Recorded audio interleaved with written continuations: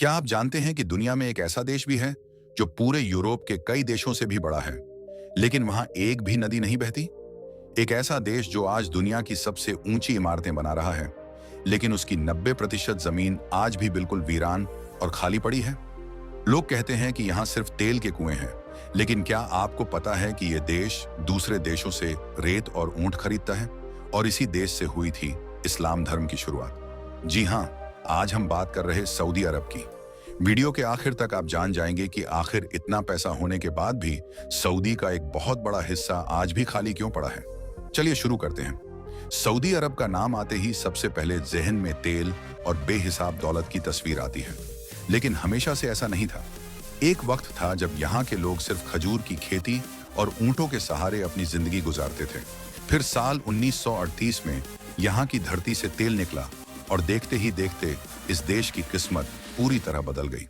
आज सऊदी अरब दुनिया का सबसे बड़ा तेल बेचने वाला देश है और इसी तेल के पैसे से यहाँ बड़े बड़े आलीशान शहर खड़े किए गए हैं। यहाँ के शहर जैसे रियाद और जेद्दा अपनी ऊंची इमारतों और बेहतरीन सड़कों के लिए जाने जाते हैं, लेकिन सऊदी अरब सिर्फ अपनी दौलत के लिए ही मशहूर नहीं है, बल्कि यह पूरी दुनिया के मुसलमानों के लिए सबसे पवित्र जगह भी है। मक्का और मदीना जैसे पाक शहर यहीं पर मौजूद हैं, जहां हर साल लाखों लोग हज के लिए आते हैं। अब बात करते हैं इसके इलाके यानी एरिया की। सऊदी अरब लगभग 21 लाख स्क्वायर किलोमीटर में फैला है। ये भारत के क्षेत्रफल का करीब 2/3 है। लेकिन हैरानी की बात यह है कि इतनी बड़ी जमीन होने के बावजूद यहाँ की आबादी सिर्फ 3 करोड़ 50 लाख के आसपास है। अब सवाल यह है कि सऊदी अरब 90% खाली क्यों है? इसका जवाब है रेगिस्तान। सऊदी का एक बहुत बड़ा हिस्सा रब अल खली नाम के रेगिस्तान से ढका है, जिसे एम्प्टी क्वार्टर भी कहते हैं। यह दुनिया का सबसे बड़ा रेतीला रेगिस्तान है। यहाँ ना पानी है, न पेड़, और गर्मी इतनी कि इंसान का जिंदा रहना नामुमकिन है।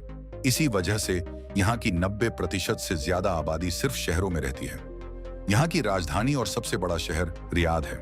ये शहर किसी हॉलीवुड फिल्म के सेट जैसा दिखता है, जहाँ कांच की गगनचुंबी इमारतें और लग्जरी लाइफस्टाइल है। सऊदी अरब का कानून और वहाँ का झंडा दोनों ही इस्लाम की शिक्षाओं पर आधारित है। यहाँ का झंडा कभी झुकाया नहीं जाता, क्योंकि उस पर पवित्र कलमा लिखा होता है। अब आते हैं उन बातों पर जिन्हें सुनकर आप कहेंगे, सच में ऐसा भी होता है क्या?